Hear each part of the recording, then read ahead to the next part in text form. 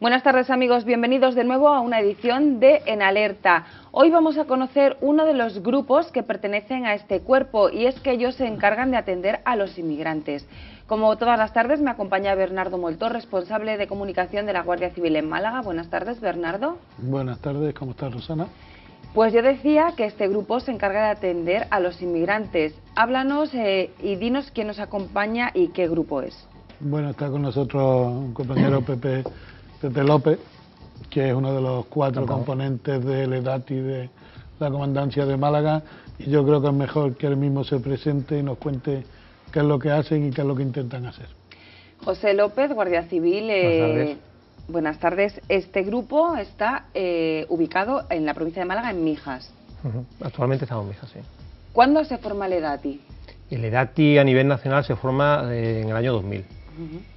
Se empieza como experiencia piloto en algunas comandancias, en algunas provincias, del Levante sobre todo, y en Huelva. Y luego se va extendiendo en varias fases, y en la última fase se terminó en el 2006, y ahora mismo abarca todo el arco mediterráneo. ¿Por qué el arco mediterráneo y no, por ejemplo, el Cantábrico y el Atlántico? Hombre, donde más inmigración hay, el arco mediterráneo. De gente que llega de... Sí, flujo de inmigración, el principal, bueno, también por Madrid, por Barajas, pero el principal sobre todo de África y el arco mediterráneo. ¿En qué provincias? ¿Todo el Mediterráneo o algunas? Sí, todo el Mediterráneo. La última fase que se creó el EDATI en Málaga, Algeciras, Cádiz y Castellón, eran las que faltaban. Un proyecto piloto que se llegó a desarrollar. ¿Y por qué surge? Porque aproximadamente a principios de este siglo había mucha afluencia de inmigrantes que llegaban a nuestras costas.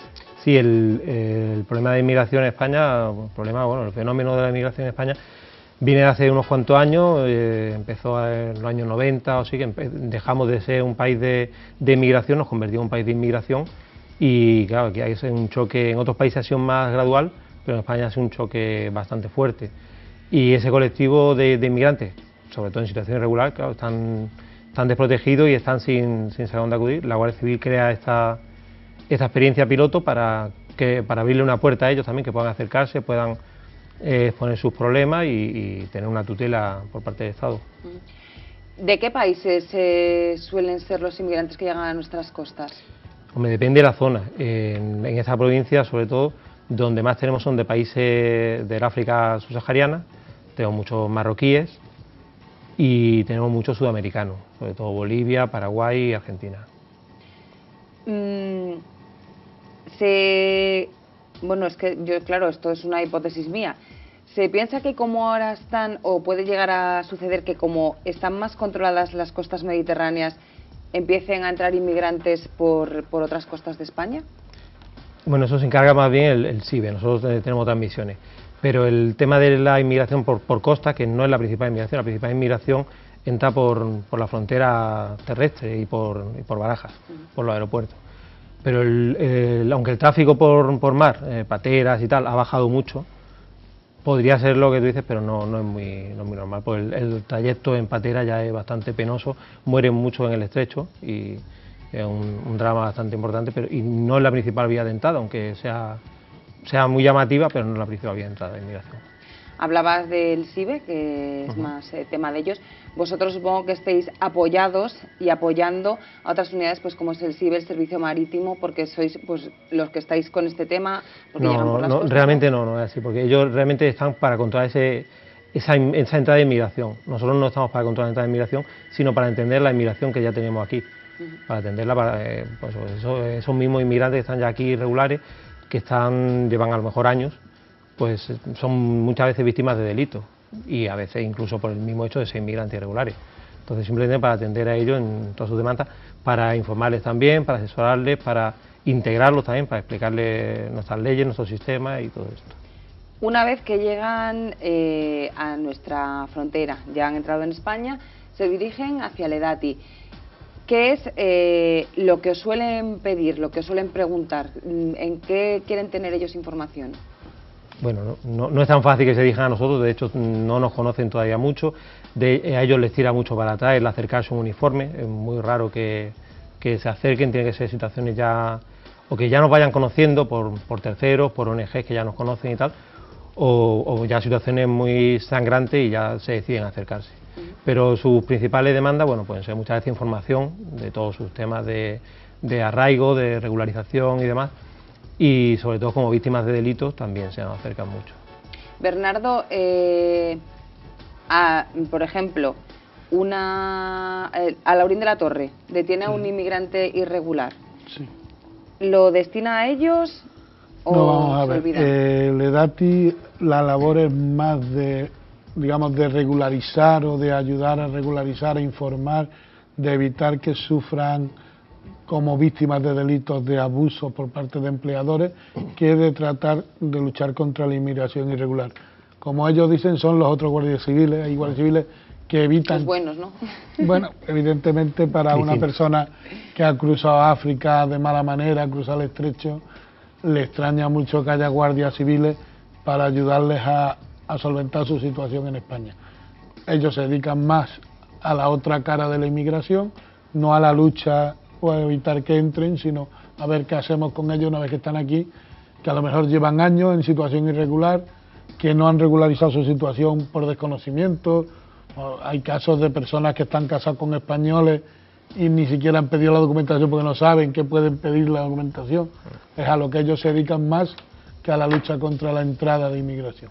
Estábamos hablando hasta el momento de los inmigrantes que llegan a nuestras costas, que provienen de África, pero en nuestra provincia, que es muy amplia, variopinta, tenemos también muchos inmigrantes de otros países, como puede ser países del este.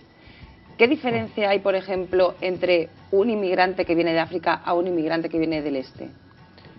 Los problemas suelen ser los mismos, pasa la cuantía es mucho menor, los inmigrantes del este son bastante menos, no es como el inmigrante africano, de hecho los inmigrantes del este también están volviendo mucho a sus países, los que no han tenido aquí un arraigo en estos años importante, dada la situación que hay ahora de paro y de crisis y tal, muchos están volviendo a sus países porque no tienen aquí las mismas raíces que puede tener un marroquí que está ahí enfrente y van con más asiduidad a sus países y es una situación distinta. ¿Es más fácil a lo mejor tratar o intentar explicarle a un inmigrante del este que tiene nuestra cultura o de América del Sur que entiende nuestra lengua y además tenemos mucha vinculación con ellos, que a un inmigrante africano el cómo regular la situación aquí? ¿Y es más fácil a lo mejor para los otros que no para los africanos encontrar un trabajo? El tema del trabajo ahora mismo está difícil para todos. Bueno, sí, la verdad que sí. Y el tema de entenderse con ellos, pues bueno, con un inmigrante sudamericano no hay problema. Yo me refiero por cultura. Sí, el choque de cultura puede ser más importante con inmigrantes subsaharianos.